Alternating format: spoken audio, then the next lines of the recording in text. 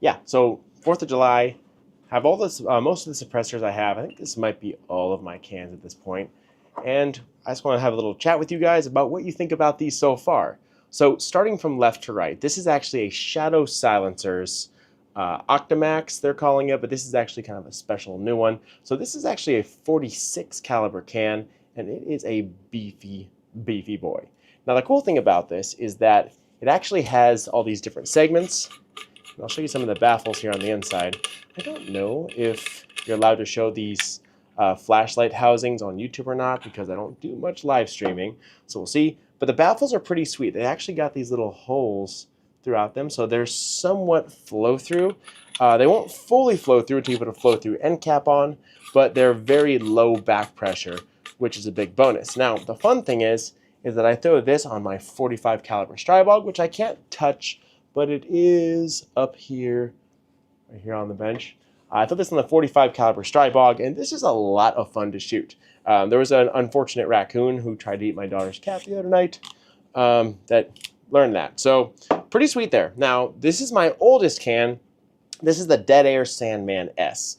Now, this is a 30 cal, not the greatest can in the world. It uses the old school chemo mount that's actually stuck in the can. It's not hub compatible, so you can't remove it, switch your device. But the chemo option for for mounting systems, it's kind of a modified form of 3-lug. A lot of things are. But it uses 3 different lugs and then this ratcheting system to actually tighten itself down. Works decently well, but this is an old school can. It's okay on flash suppression, okay on sound suppression, but just kind of is what it is. That's kind of what your old cans used to be.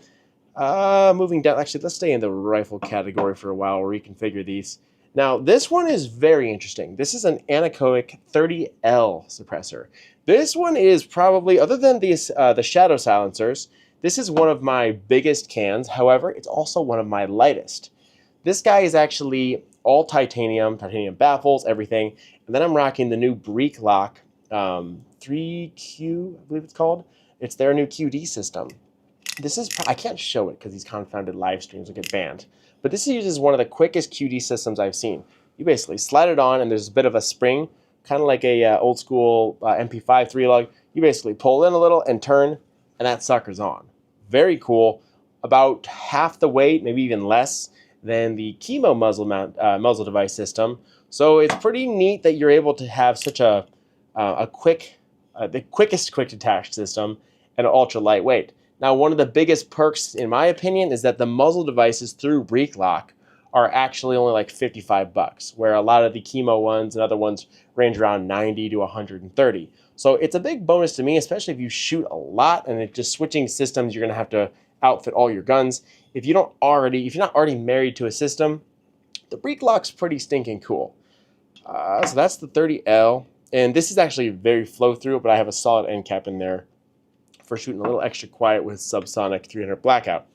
Right over here. Now this is also a Breeklock mount. This is an RR weapons can. This guy is really something else. Oh, we got a chat. First dude, Steven Stackhouse. Tax stamps are free. Question mark, he said, 2026. So I didn't check that because I've been quite busy. But I believe the last thing I had read was that the tax stamps were going to be free within 15 days. Now, I really can't Google at the moment because I'm on here. But what are you guys seeing about that? Are you seeing what I'm seeing? Because originally it was 90 days. The guy's amendment have moved it to 15. 2026. All right, you guys may have just taught me something then. So thanks, Jeff, for chiming in and giving a second opinion on that. So 2026, is that what you guys are seeing on your Google there? Because that's not terrible. We might have met someone you know. Yes, I actually am from Pennsylvania. I shoot some of the night vision shoots, steel matches, stuff like that. So it's likely you met someone I know. I do know quite a few people.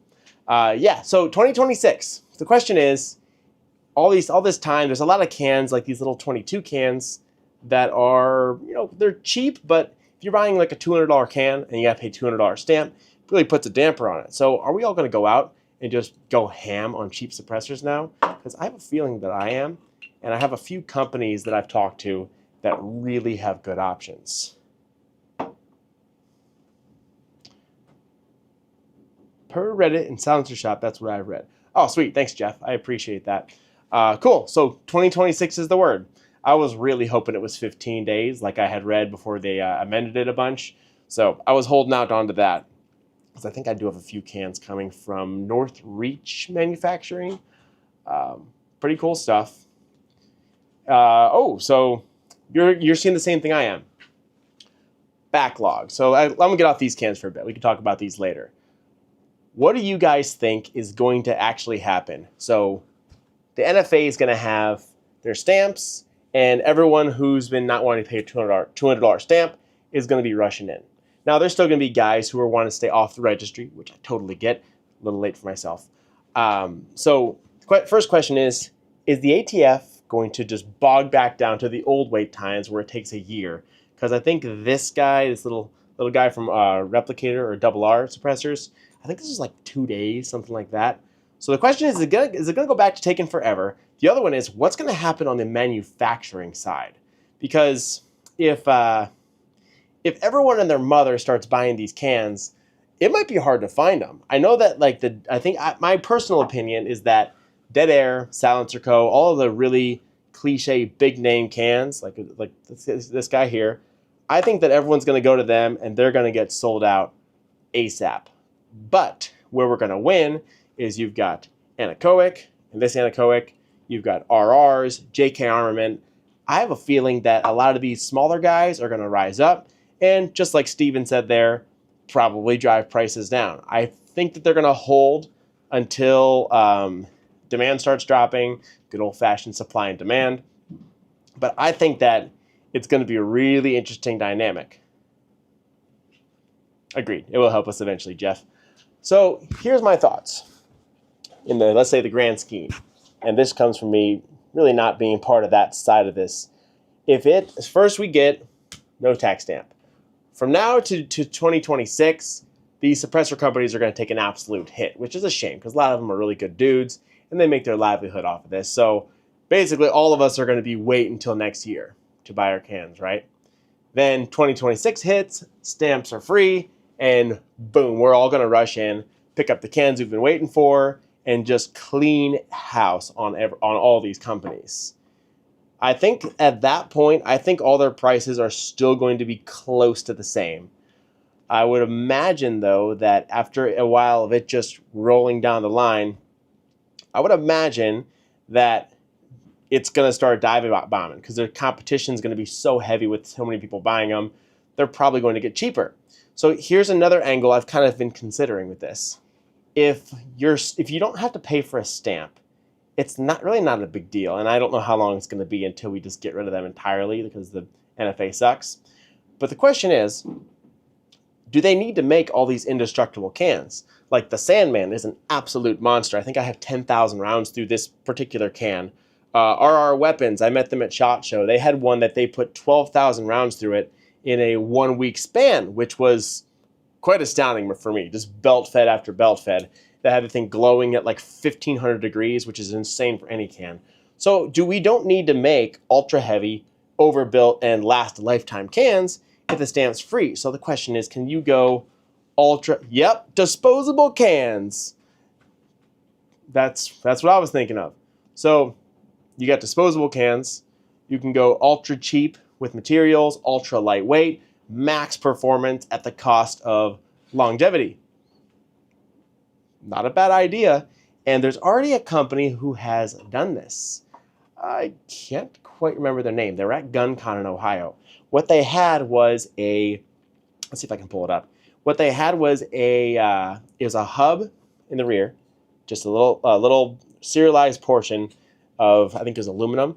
And then they had 3D printed carbon fiber baffle stacks that would literally slide on, and you'd have 4 set screws that would hold it for rimfire only, obviously. If you could shoot it, they had about maybe 3,000 rounds through it. The baffle stacks would go bad, you throw it out, stick another one on, and you could buy replacements for $25. It was pretty interesting. I don't remember their name. I can look it up if you guys care, but if not, I will just let it be. But it was a pretty interesting concept. My problem with it is this. even in the world of disposable suppressors. The can itself was the little hub in the beginning was $150, and it came with 3 baffle stacks, which one of them they had 3,000 rounds of rimfire through. 3 baffle stacks. Each baffle stack is going to be $25. Or Northreach Armament, which I haven't had their can yet, but I've been stocking them. They make a 22 can that's not disposable for only $200. So I'm not sure how the math's going to check out with that, where you can either pay, you can have a disposable one basically for the sake of it being disposable, and you may end up paying more in the long run because you have to keep replacing stacks, or you just pick up an old school serviceable can and you're good to go. So I don't know what to think about that. Not sure, but it was cool, and they were cool guys, and the rest of their cans that weren't disposable were actually pretty nice. And I'm going to try to pull it up here because now it's bugging me that I can't remember it. I'll just rip through their vendors of GunCon. By the way, GunCon, if you're on the East Coast, or even not on the East Coast, that was very fun. It was out in Cleveland, Ohio. I think that's where it was. And it was a really good time. There was maybe 30 or 40 vendors there. The range day, if you're in media or something like that, if you've gotten in, was a lot of fun. Going out there just popping steel, shooting their ammo, testing different stuff, and talking to guys. And then the day of the venue was actually a little tougher. It was a little hot out, so it was very clever. You didn't stay too long because you couldn't take the heat. But GunCon is sweet. If you're on the East Coast, it's well worth the drive. I drove about 7 hours there with a couple of buddies, stayed overnight, and I think it's worth the trip. So, and John Patton, who puts it on, he's a good dude. I think he's from our region of the country as well. But GunCon, definitely a win for everyone involved. Let's see here. Bear with me. I'm pulling it up. Because these disposable suppressors are going to be a very relevant thing in the near future. There we go. Next level armament. So if you guys are interested, check those suckers out. Because it's an interesting concept. I feel like they should maybe make one that will last and not have to like literally dispose of it. Maybe one that just barely will last and be dirt cheap. I feel like that might be the best middle ground, if that makes sense. So, questions now. I have a bunch of cans here. For you guys, what cans are you guys rocking, and how do you like them? Other question is, what cans are you looking at getting? Because these are my cans right here, but I know I shoot with a lot of guys who also have a lot of cans.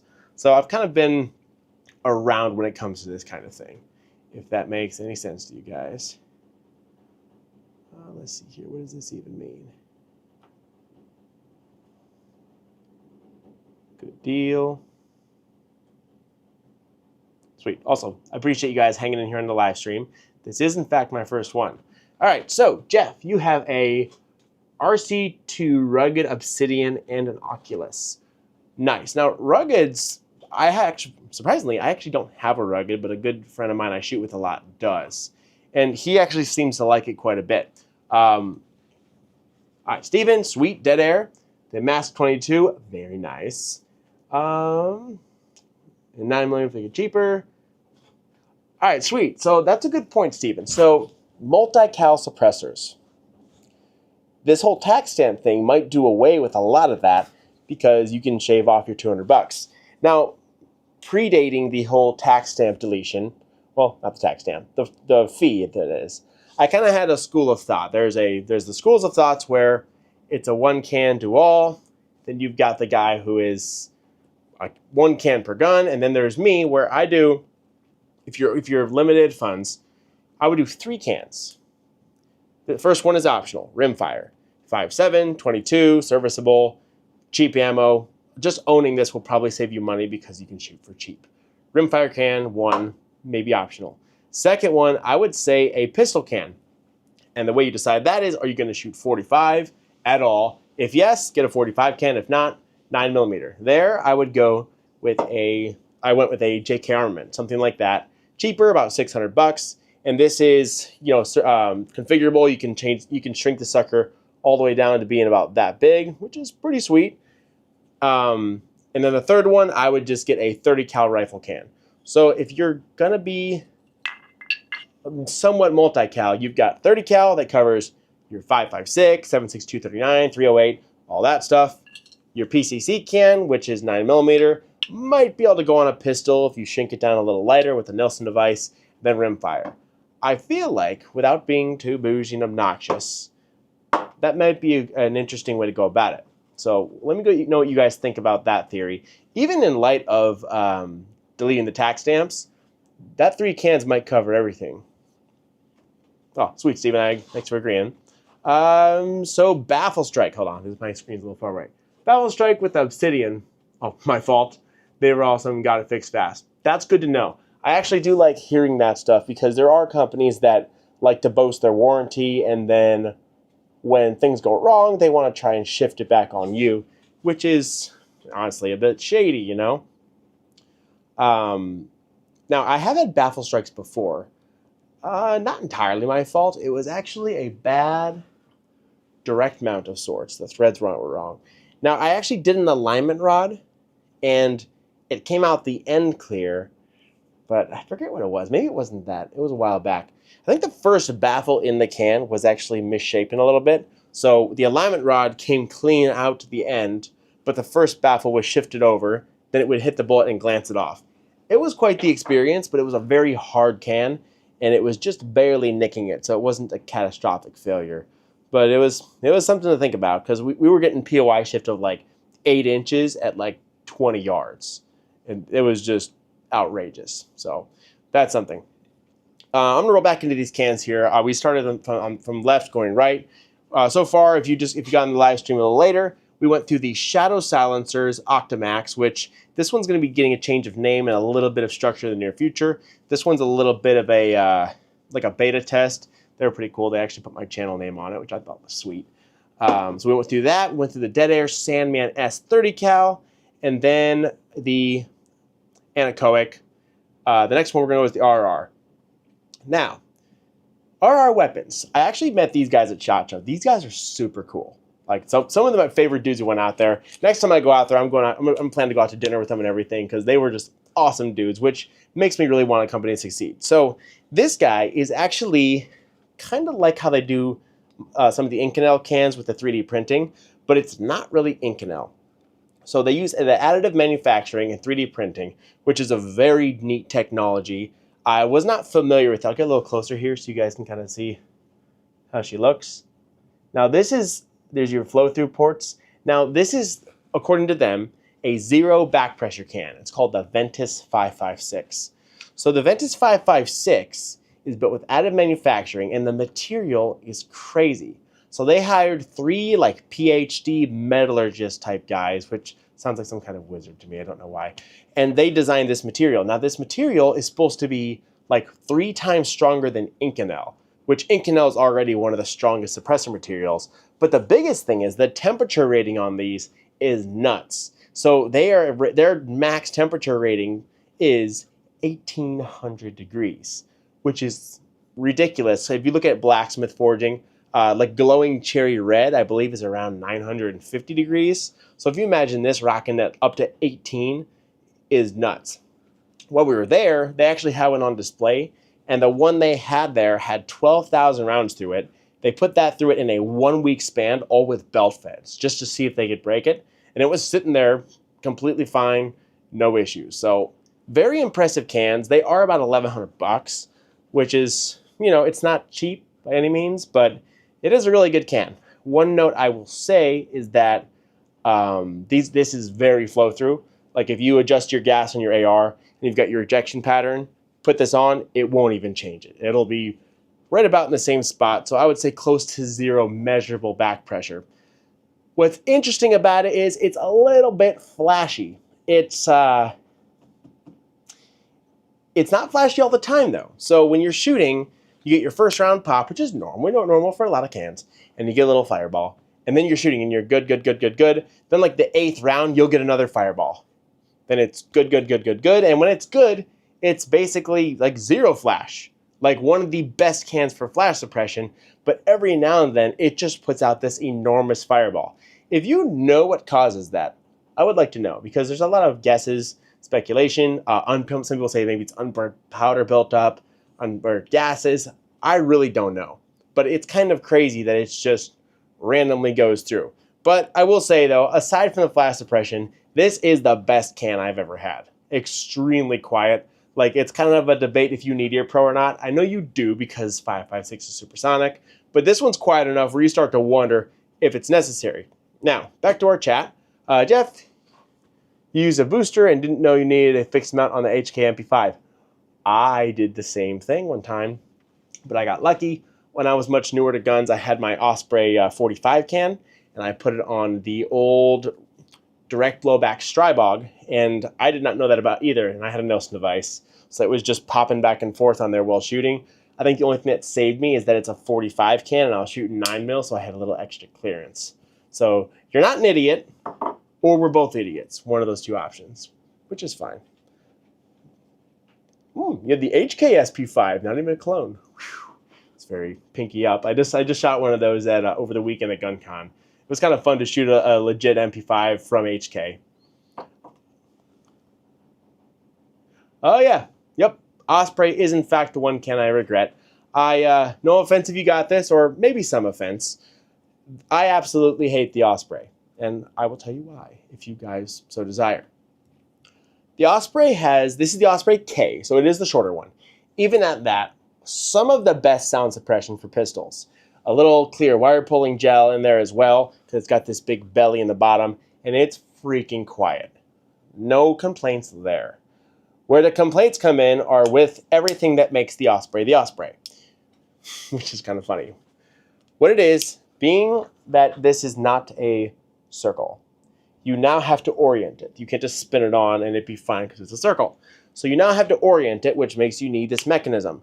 The mechanism is where they get their issues. So even brand new, some people would say because I've had it for a while, even brand new, when you go to tighten this, can I do this? I don't think I can do this without getting banned on YouTube. I'd love to pick up a gun to show you guys right now. You're going to spin this on, right? And when it stops, it's going to be on your pistol all crooked. You open this can, and then you spin it, and the can will actually spin separately from your device in there holding your piston and your Nelson device. You orient to where you want it, and you're good. It should be okay, but these little teeth here and this arm, I don't know if you guys can see that right where I'm pointing there. It just has these little teeth that are supposed to grab this and the cam tighten, and that's what you use to tighten your can down. You cannot get enough pressure on it to actually tighten this on your gun properly without stripping your teeth out. So, and that was brand new from factory, and it's gotten worse over the years from it just I try to do it real gentle so it just skips once, but it just doesn't work. So the tricks I've done is I've used high temperature, like gas line Teflon tape, which you think the Teflon would be the opposite of what you need, but Teflon tape, and that would actually function. You could just spin it on and leave it, and that pressure would function kind of like a lock washer, and it would keep it from spinning off. But basically, they made this thing not a circle, which made you need a cam, and the cam means you can't tighten it, and that means your suppressor walks off all the time.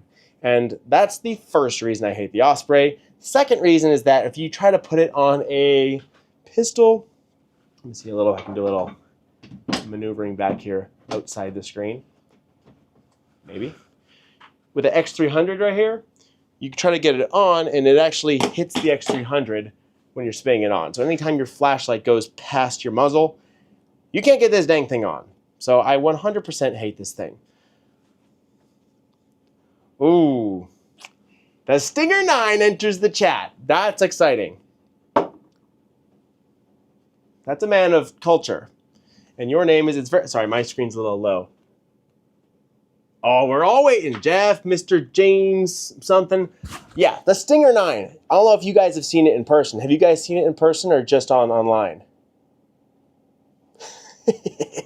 Nice, AP. Yeah, so the Stinger 9. I went to the NRA show in Atlanta, and the Stinger 9 was really something. So I really like roller delay. I currently have the 5-inch barreled Strybog in roller delay. I have the 45 Strybog in roller delay. I have the Kuna, and I'm going to pick up a Matador Arms Mat 9. So I'm all about the roller delay. So I go to see the Stinger 9, and it is direct blowback with perks, though. It has that weight. Have you guys seen that? It has, is it tungsten? I forget. It's a very heavy weight that it works like a dead blow hammer, the delayed mass they call it. That thing is cool. On top of that, it takes the Scorpion mags. All the controls are perfect. Of all the PCCs I've tested, and I do mainly a lot of PCCs on this channel if you guys watch, the Stinger 9 is sweet. It's got everything exactly where you want it. It's got an AR-15 style charge handle. It's got a side charging handle, which is also cool. And it's basically perfect. My only question is, when you put a can on it, is the delayed mass bolt going to give it the same perk that a roller delay does? Because that roller delay gives the gases a little extra chance to get out your can before coming back and blasting in your face. So that's one question I do have about it. And where that will also pair possibly a little bit nasty with is the fact that you have a rear charge handle like an AR, which basically gives it a spot to blast you. On the flip side, it's just 9mm, so it's not going to be as high pressure anyway. I don't know if you've ever shot a suppressed AR in the rain, but if you don't have like an SD charge handle or do a little silicone trick and stuff like that, that sucker super soakers you in the eye right under your safety glasses. So that's a fun game. But the Stinger 9, guys, it's going to be cool. It's one thing I like about it, the side charge handle, because you have the rear one. If you're running an IR laser, I don't have my D-ball down here. If you're in an IR laser, sometimes they block your charge handle on that rail up there, and you gotta kind of reconfigure your gun. You end up getting I'm losing all my crap here. You end up getting a Hydra mount of sorts. Just really weird stuff.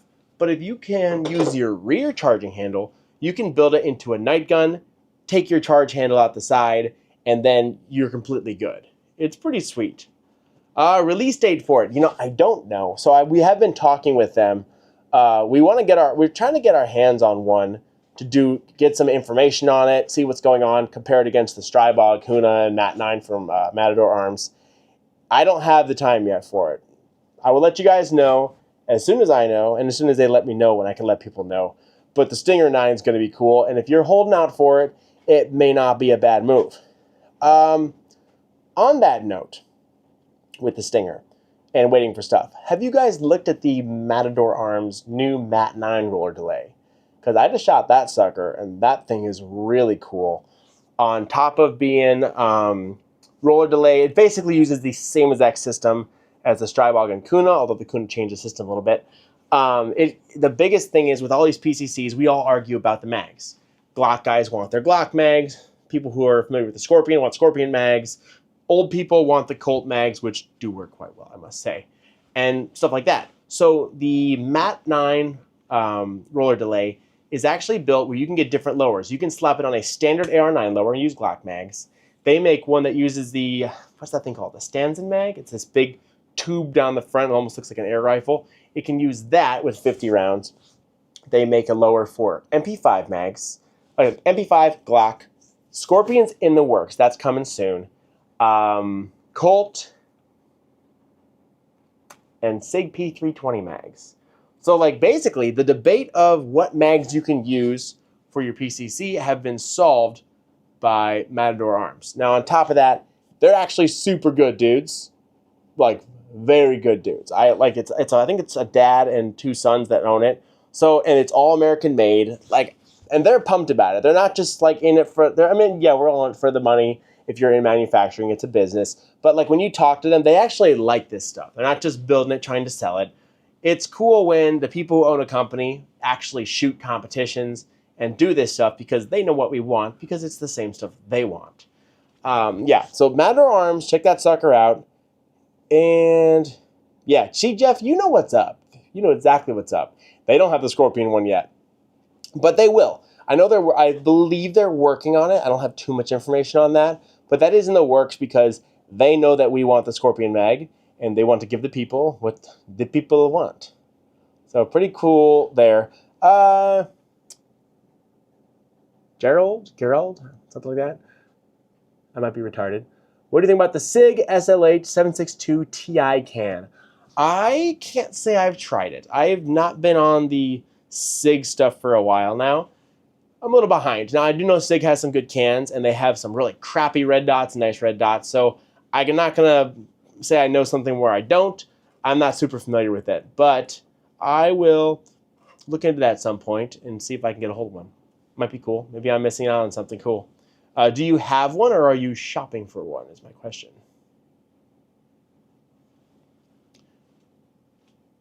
Yeah, ammo prices, Steve? Yeah, they are getting cheaper. Hey, speaking of that, I'm looking at Freedom Munitions. I want to start working with them at some point because they're pretty cool.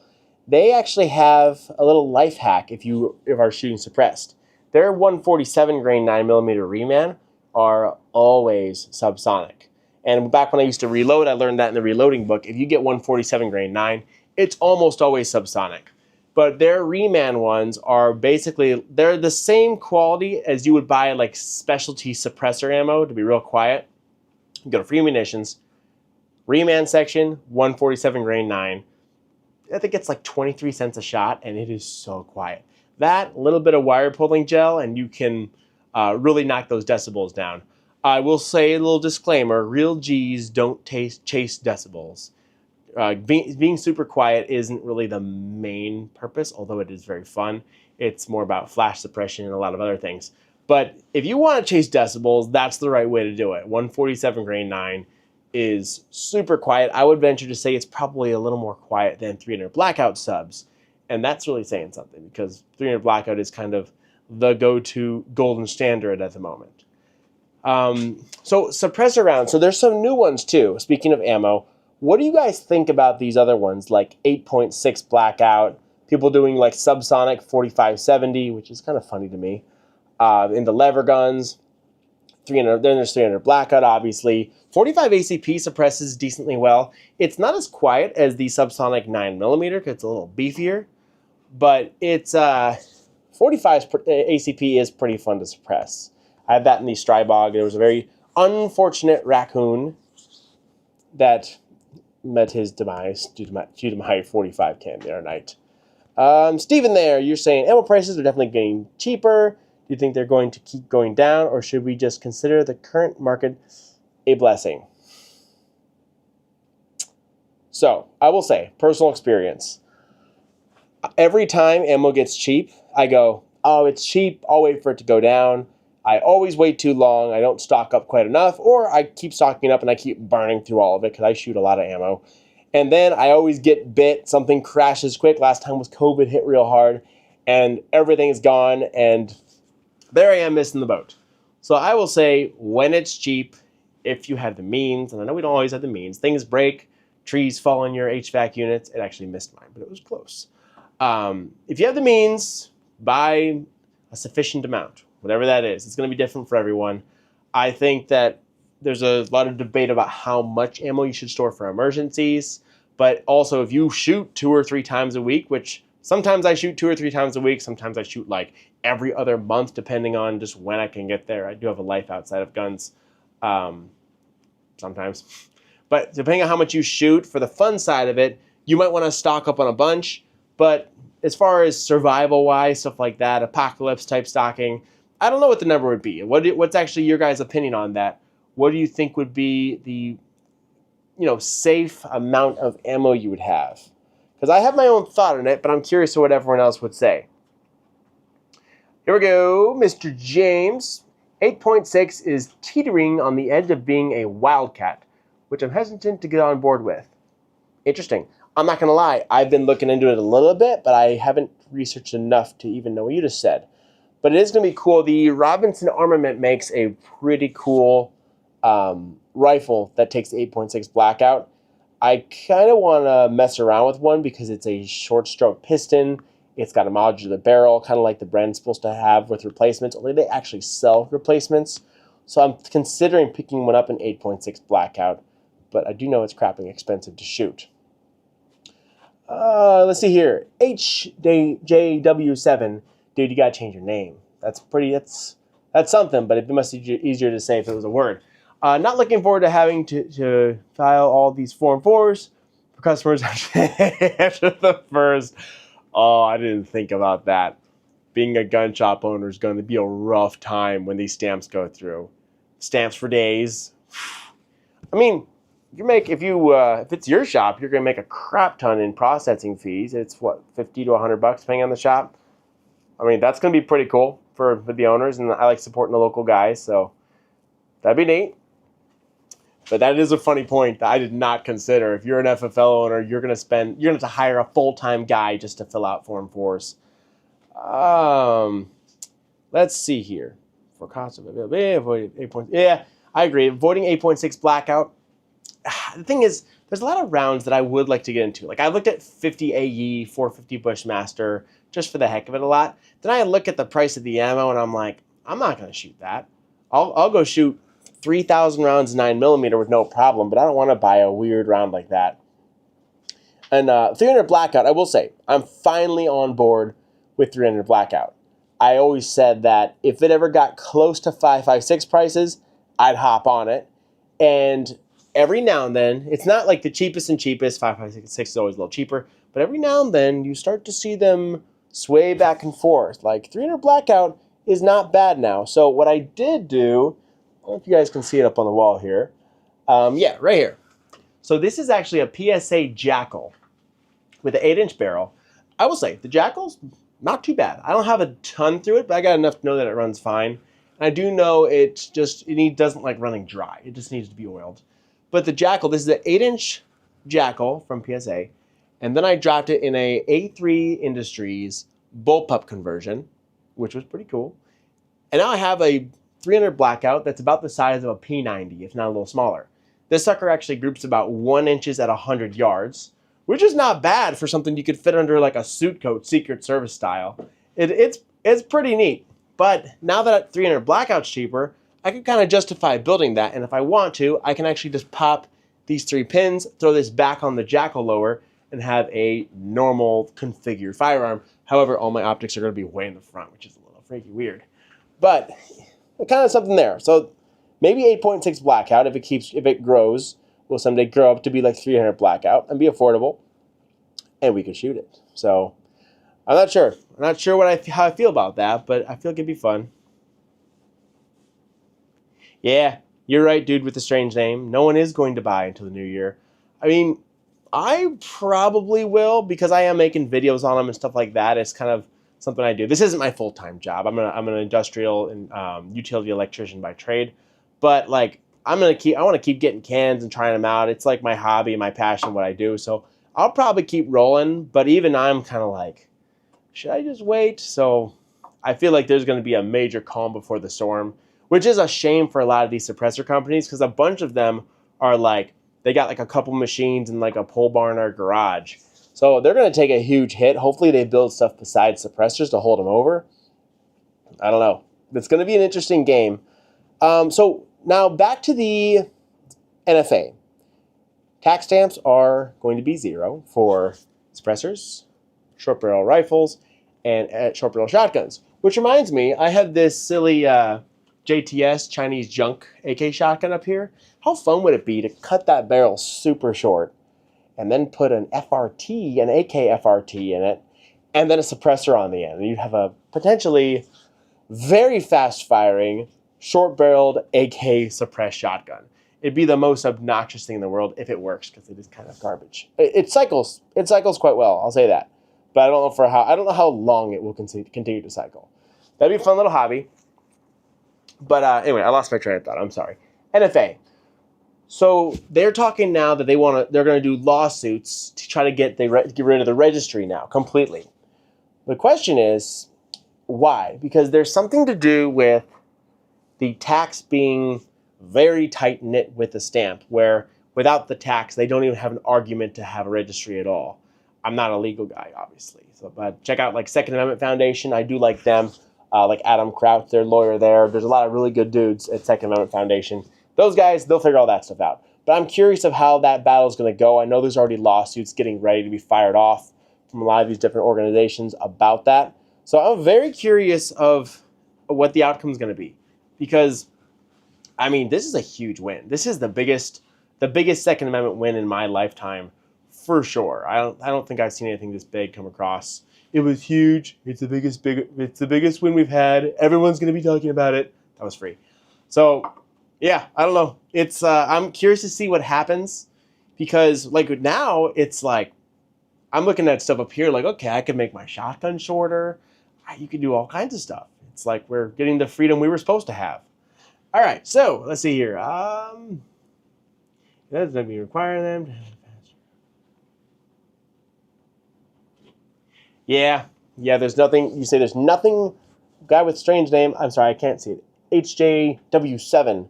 There's nothing requiring them to have the fast turnaround times like we're seeing now.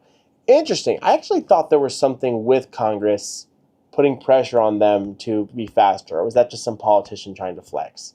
I'm not super educated on the legal stuff. I try to follow it to keep myself from getting in trouble with different things. When you're reconfiguring stuff all the time, it'd be real easy to put a pistol brace on when they're not legal anymore and stuff like that, and then put a video of yourself online committing the crime, which would not be cool. What's up, Honey Bun? Honey Bun Tactical. That's a fantastic name. I will say, I usually make fun of people who have the term tactical in their channel name because everyone has tactical, but dude, putting Honey Bun in front of that is pretty funny. So we're talking about cans here. So far we've gone down the Shadow Silencers, Dead Air Sandman, Anechoic 30L, and RR Weapons. So now we got to the JK Armament. If you guys got questions about something else, I love doing the squirrel brain thing and hopping all over, so feel free to send it. So JK Armament, this is the PCX. They may have discontinued this can, I don't know. But there's another one out that's supposed to be lighter weight and a little cheaper. So the 30L, to put in perspective, standard AR armorer's wrench, you probably all have one. This is just a touch shorter than that. So this is a pretty long can. What I do like about this being ridiculously long is that you can knock all these baffles all the way back to here and have a just absolutely tiny one to put on a little pistol or something. The JK Armament, I believe these guys started as like the solvent trap type deal, and then they went legitimate after, the frames and receivers and all that. ATF making up their stupid rules. Pretty cool one. Let's see here. Duani Malani. He says, what suppressor do you think would work best with a new Kuna? So I actually have a Kuna. I don't know if you guys can see it up here. I have mine. Hold on. This is worth shifting the camera over. All right. So right here, this is the Kuna, and I actually put this top rail on it from A3 Industries, and then once I put it on there, I was just kind of goofing off. Now this sucker looks like a mini G36. I don't know what happened to my red dot. I must have stole it for something else. But now this sucker looks like a mini HK G36, which is pretty funny. But back to your question. I got a little bit of a squirrel brain sometimes, but it is late. And I did just set off a bunch of fireworks in my yard. Best one with the Kuna. So, the Kuna. I think you're going to need a pretty heavily flow-through can.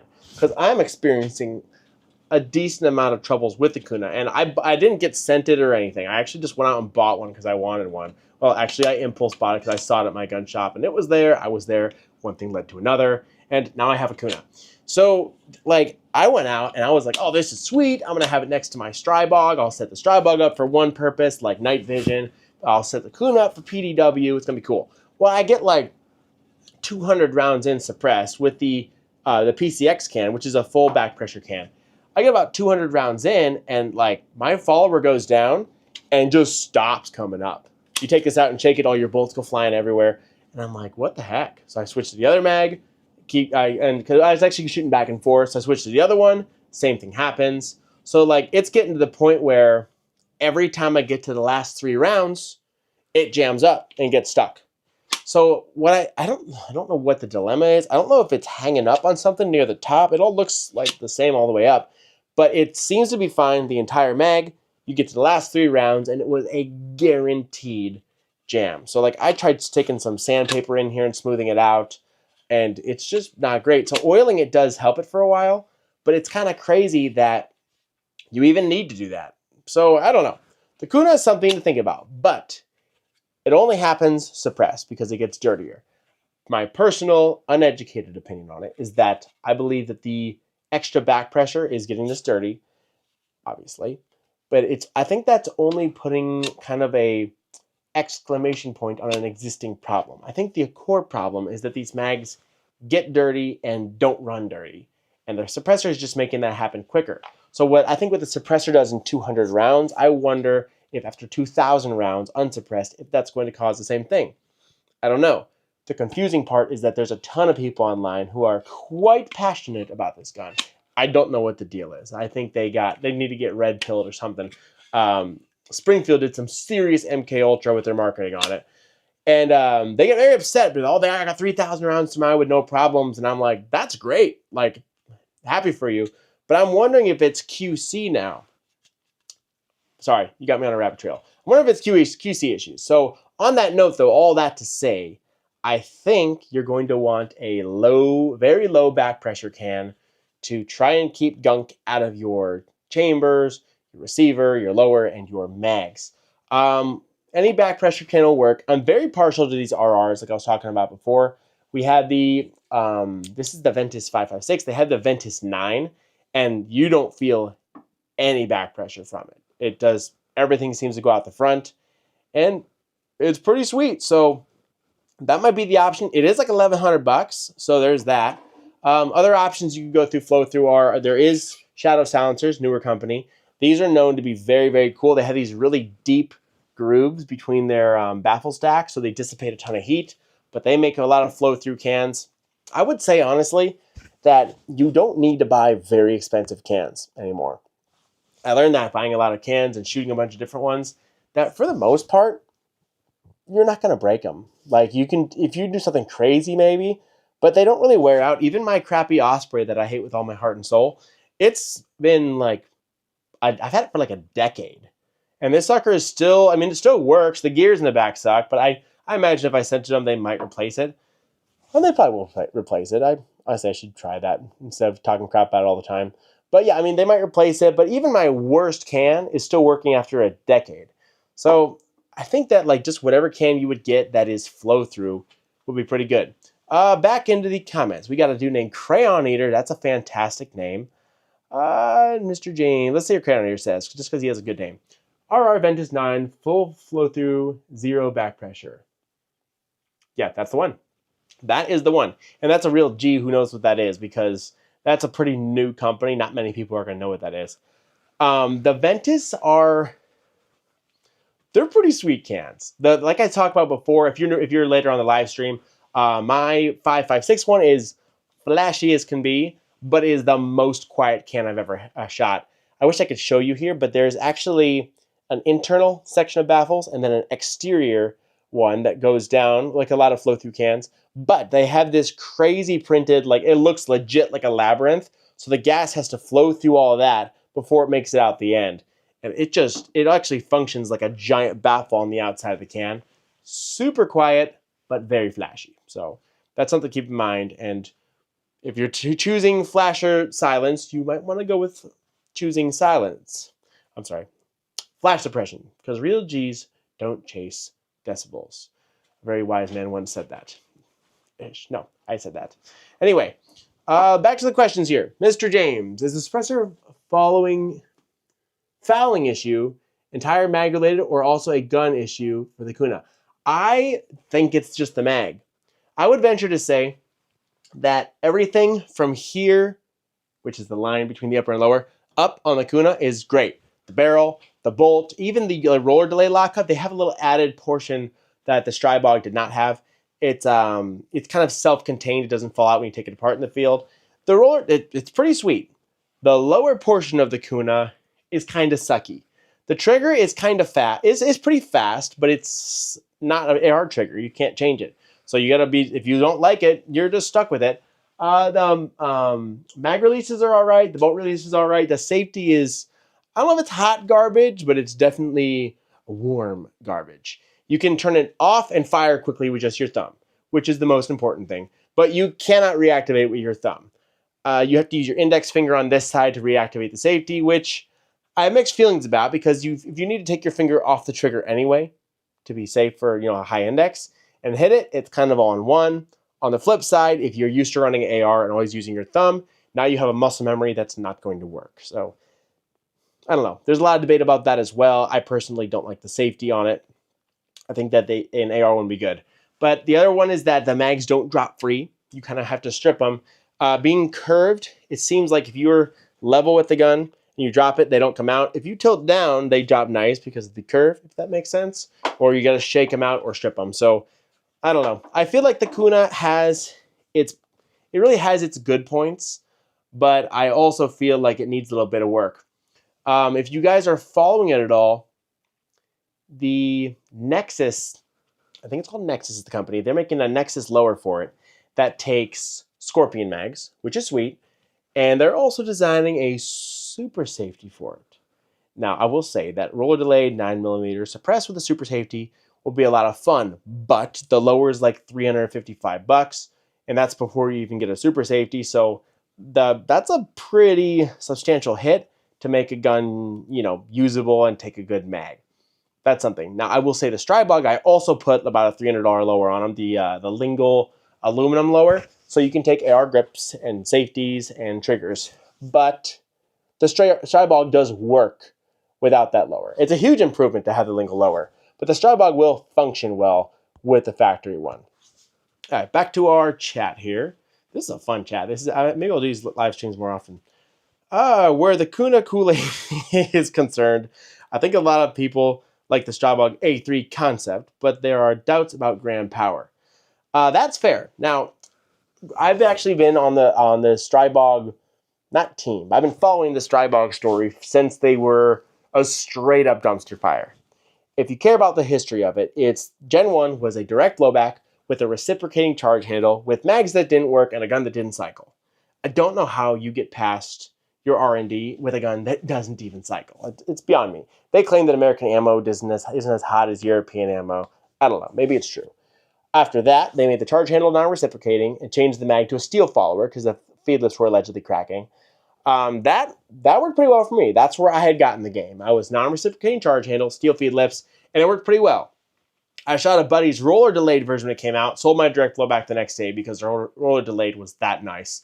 They got roller delayed, then they added the clear, I don't have any, the clear curved mags, which were cool, and those solved everything. You now had a roller delay, soft recoil, and curved mags that would cycle really well. Some people claim the feed lips cracked, but I did put like 9 or 10K through the 6 mags I had with no problems, but it would not cycle hollow points that had a wider hollow point in the end, like a real large hole. So those would get stuck on your feed ramp.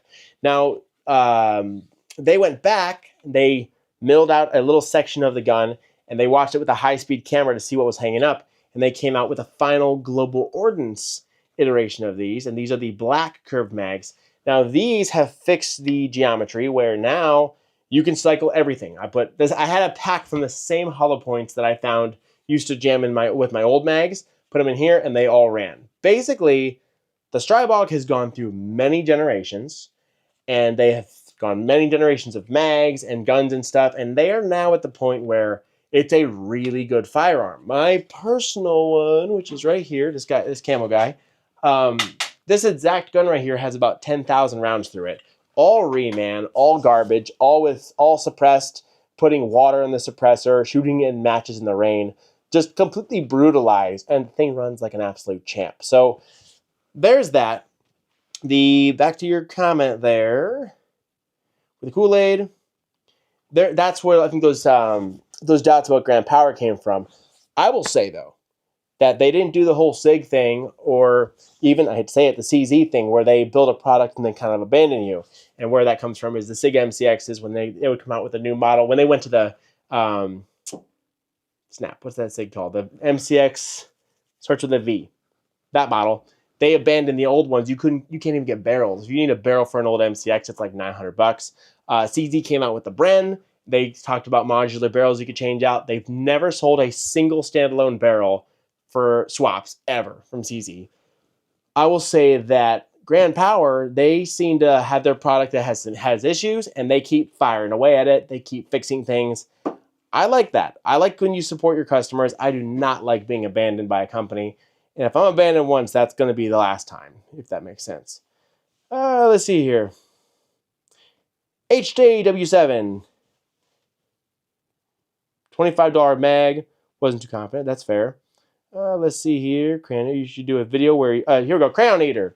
You should do a video where you see if there is a difference in fouling in the Bog and the Kuna with the same can after 500 rounds. Interesting. So I'd have to clean those suckers spotless, which is going to be a chore. Maybe a sonic cleaner. Get them both super clean. 500 rounds, take them apart and see how they look. Not a bad idea, especially with the mags. I like that, Mr. Crayon Eater. Enjoy your crayons. Let's see here. What else we got? I feel like I need to make a moderator just so I can find which ones to go through. Would you go with a 45 or a 10 millimeter? I know you have the 9 millimeter. Are we talking? We're probably talking Strybog. I guess that's the only one there is. So I have the 9 millimeter, and if you're only gonna buy one, I would get the 9, unless you're one of those dedicated like I need 45 guys. So the 9 is sweet, and it's the do-all. If you're gonna go for get a second one, the second one I would get one of the other ones. How I would go about that is, if you're not gonna shoot suppressed, 10 mil. 10 mil is sweet. I shot that at TriggerCon in Kansas last year. The 10 mil is awesome unsuppressed because it's ripping. So no suppressed, 10 mil. If you're gonna run suppressed, 45, because 45 is just innately subsonic. Suppresses way better. So that's how I personally would chalk that up. 9 mil first, and then 10 for unsuppressed, 45 with the suppressor. Vertes, thank you. Bowslinger, I could not remember. The Virtus for the MCX. I cannot remember that word for the life of me. Yeah, when they came out with the Virtus MCX, they abandoned all the old MCX owners, one of which is my cousin. So never forget the old MCX owners. Mr. Kevin, you're trying to decide on a suppressor for it. Sure. For the Kuna, is that what you're asking?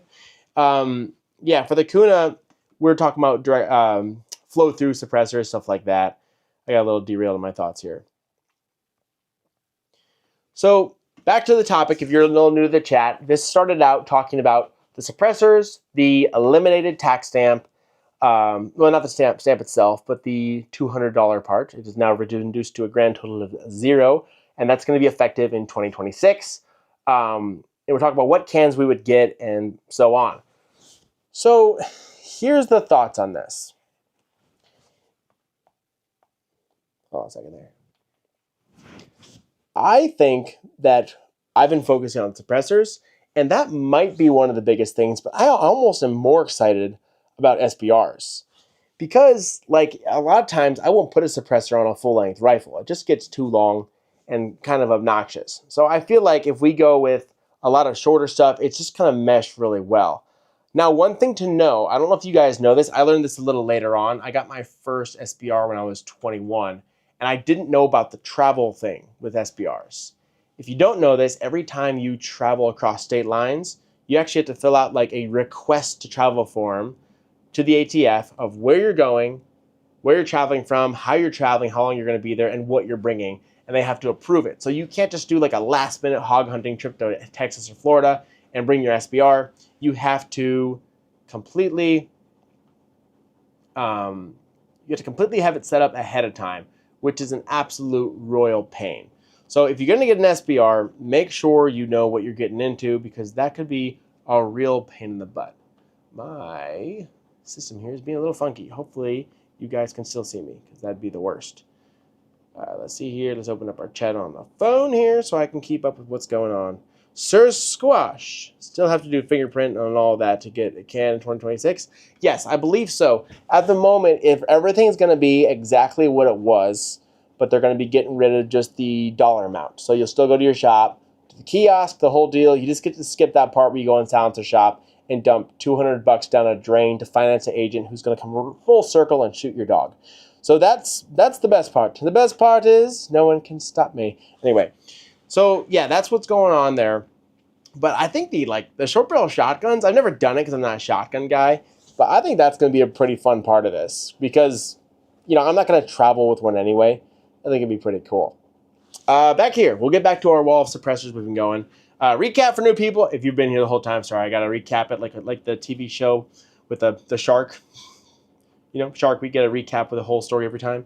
Shadow Silencers, 45 can. Dead Air Sandman S 30 cal. Anechoic 30L, which is a great can. We got the RR Weapons Ventus 556, which is one of my personal favorites.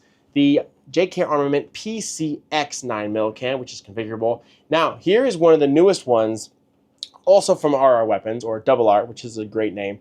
So this is their new pistol can. The name is kind of hard for me to remember. It sounds very Latin and Greek. But there's a 6-inch version that is a reduced blowback can, which is pretty nice. It might have pistols get pretty gassy. Now this is a full back pressure, but this thing is tiny. This is one of the smallest cans. And this is also their proprietary Inconel and 3D printed, hub compatible and everything. So it's pretty awesome how small this is. I'm really excited to put this on, let's see if I can mock it up here. Have that, imagine that guy on your subgun like that. You can even have that as a PDW in a backpack with a can on it, which is kind of sick. Hub compatible, pretty decently lightweight. I don't have a scale down here to check it. And there's that. We've talked about the Osprey, which is my least favorite suppressor on the market. And then last, we've got my Anechoic Anachox 22, this is called. This is crazy. This can, when you pick it up, when you first get it, you're like, I can't believe I bought this. Like it feels like a toy because it's so light, because the whole thing is titanium. Titanium baffles, end cap, the hub, and everything. So the nice thing about this can is it's not just 22. You can actually put this on a 5.7. So I have a PSA rock floating around here somewhere. When I go to test that out, I can throw this guy on there and shoot 5.7 suppressed, which is going to be still kind of snappy. But that's pretty cool. These are not the cheapest of 22 cans. These are around $500 or $600, but they are titanium and they're going to last a while. And Anechoic, like, I actually have been very happy with these cans. This is a really quiet can, but it's also enormous. Very cool there. Bo Slinger says, have you seen much about the new CMMG Zero cans? I have not seen much about them, but I did see the price when I was watching Guns and Gadgets. That's one of the few channels I actually watch. Jared over there is awesome with the Second Amendment news. Make sure you check them out. I don't know much about them, but I think it's sweet to have an affordable price tag like that, and that's pretty cool. On top of that, speaking of affordable cans, there's a newer company, and I haven't worked with them or anything yet. I'm planning on it because they're cool. It's called Northreach Manufacturing. I think they're in like Idaho, one of those like awesome states, you know. So their flagship 30 cal can is like $450, and they're called the Whisper Pickles, which is a fantastic name. So we got the Whisper Pickle 30, the Whisper Pickle 9. Now their 22 can, where the Anechoic is like $500 or $600. Northreach Manufacturing, it's only going to be a $200 can.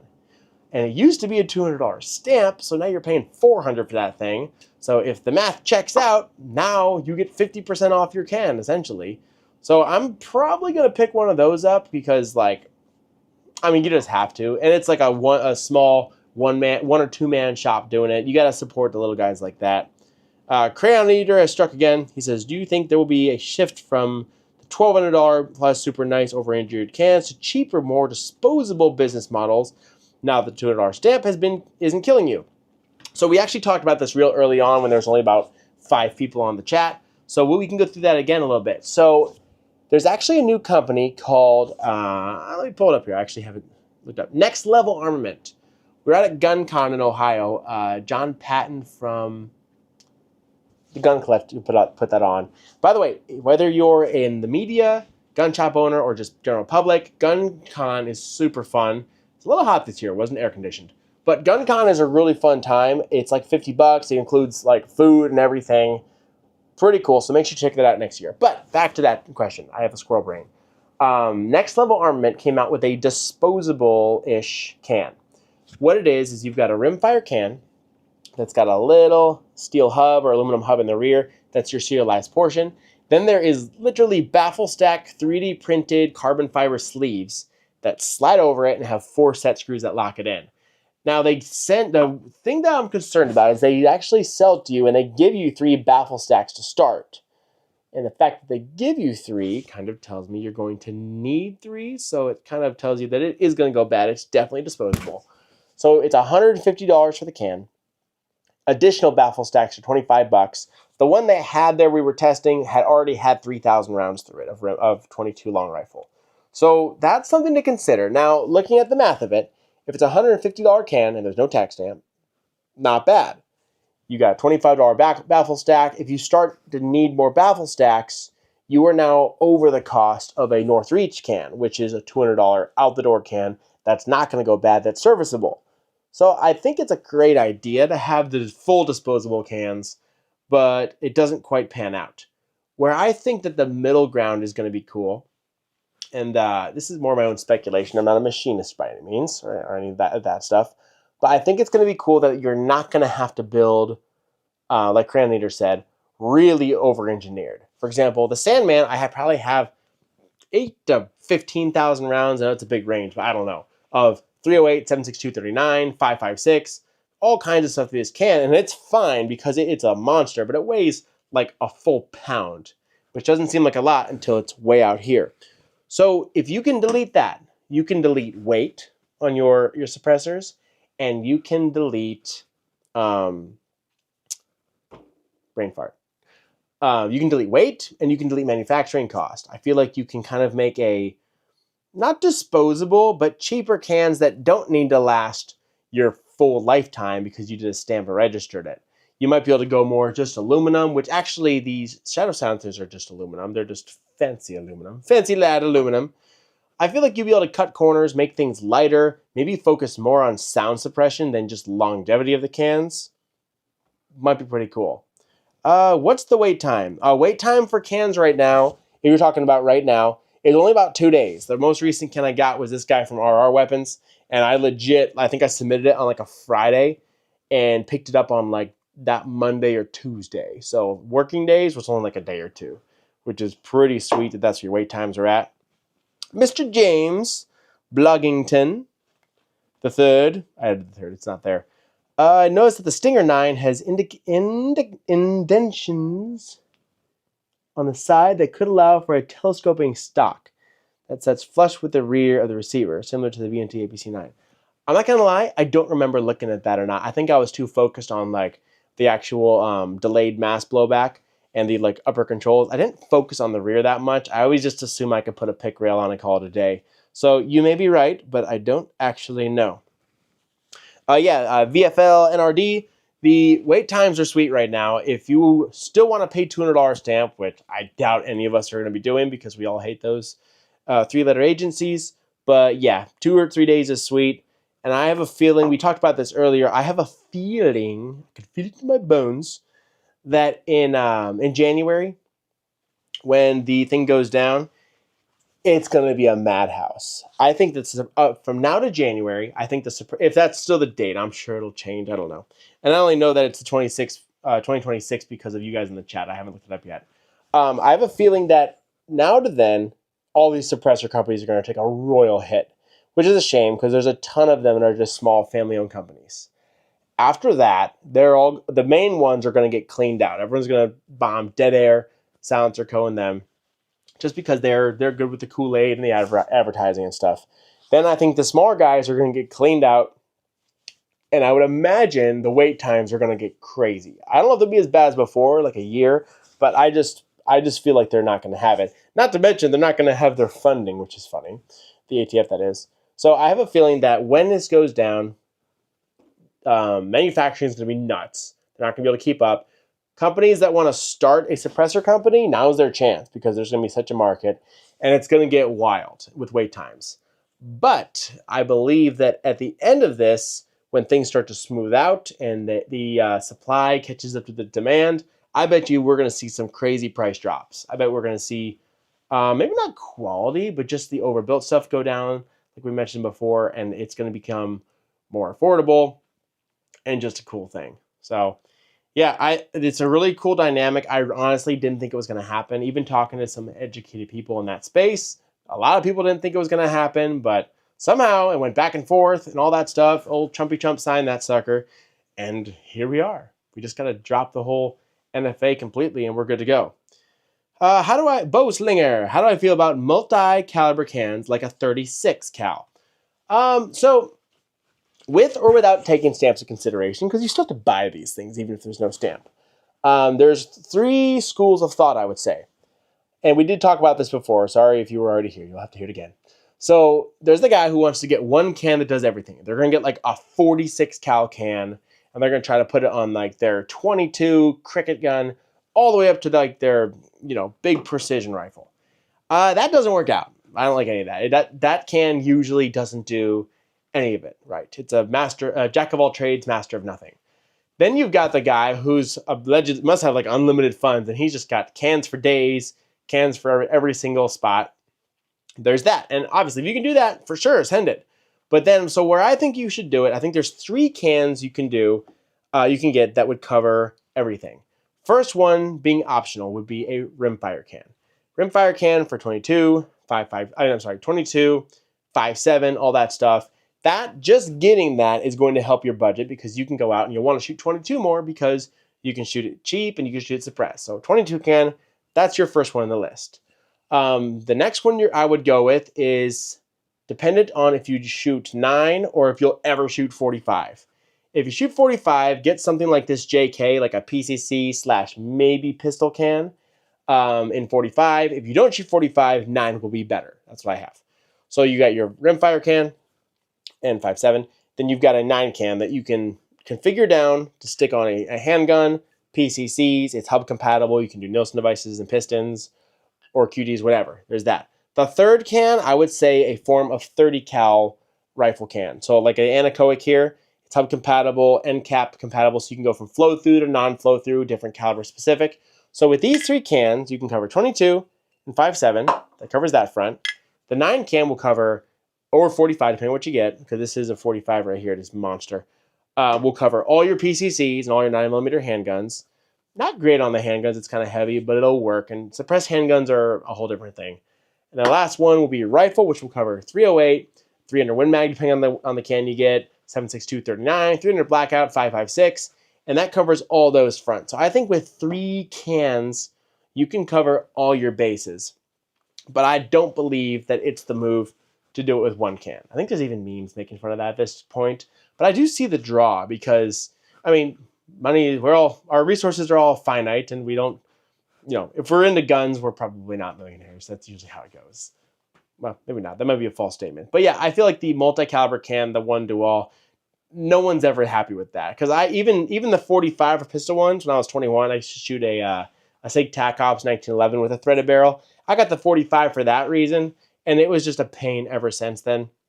I think you're better off going a little more caliber specific, but not all the way, if that makes sense to you. Also, it is 1 a.m. What on earth are all you people doing awake? Because I'm only awake because I'm on here talking to you, unless you're on here because you're talking to me. So I do appreciate it. This has been a fun time. We have been going for, I don't know, an hour, something like that. So that's pretty fun. I am going to go to sleep because I got things to do and I got a life. So thank you all for watching. Hope you enjoyed this live stream. This is actually my first vertical live stream on YouTube. This is a new one for me. So I'm glad you all participated. It was a lot of fun. Let me know if you guys enjoyed this in the comments here. I'll stay on a little bit to chat. Let me know if you guys enjoyed this, though, because this was a lot of fun. I could totally see this being a thing. Cranier says he's wiring a house like an absolute savage. Isn't that what people do at 1 a.m.? Oh my gosh, are you really doing electrical work at 1 a.m.? That's ridiculous. Keep grinding, man. Thanks, Roachy boy. BOI boy. Brian Rent, have you shot? Oh, he's got a real question. I'm not getting off. I'll stay. All right, have you shot the PTR suppressors? I have not, and I have looked at them, and they are really cool. They're very similar to the RR weapons ones, but the PTR suppressors are very interesting to me, and their flow-through portion is almost like a 3D printed sponge. It's the only way I can think about it. It's like a very porous, almost looks kind of reminds me of coral type texture in the end. Pretty cool. Need to link up for some fun. I'm down. I'm drinking beer and fixing my tractor. Dude, that's just a flex that you have a tractor. Tractors are for G's. Jamuel Wade. You have to try the B&T Printex Versa 36 Ti. These are minor. Took me 5 days to get mine. Nice. So the B&T cans. Now, I think they're pretty expensive if I'm not correct, right? They're a little on the high side. So, I don't know. That's something. I will say, I'm going to get on my soapbox here. I don't think expensive cans matter anymore. I don't think they may have never mattered. I have gone through, I've tried really budget cans. This JK here is about, I think it's like $5.50, something like that. This thing's a monster, especially for 9mm. This thing works absolutely great. I put it on an AK, I put it on an AR. Not recommended on those, but it is recommended. Like, it'll technically work, but it's not going to work long term. But I'm not going to lie, I don't think people need to get caught up in the super bougie cans. They are, I'm sure they are nicer to a degree, but the diminishing returns are super heavy. Let's hear. KGAK, what suppressor would you recommend for a 9mm AK? I would, the 9mm AK, that's going to be direct blowback probably. I would go with something very flow through. You got Shadow Silencers, they have some flow through cans. I really like the RR Weapons Ventus 9 cans. They're technically, they call them zero measurable back pressure, zero back pressure cans. For direct blowback, you're going to want to get a flow through of sorts because it's going to be gassy as can be. I didn't think it'd be as bad as it was. We put one on a full back pressure, actually this full back pressure on an AR9, and I was like, this is outrageous. It's just a 9mm and it's gassy as can be. The tax stamp is included and it's flow through can. Jemuel Wade says the tax stamp is included and it's a flow through can. That's cool. I'm about to buy the Otter Creek 9. Ooh, Otter Creek's pretty cool. I like that brand. Otter Creek's sweet. They actually have a lot of really good data too on the Reddit page and stuff like that. So, all right, guys, I'm getting off. I'm going to sleep because I have to sleep at some point. But thanks for getting on live stream. I will see you guys next time. Farewell.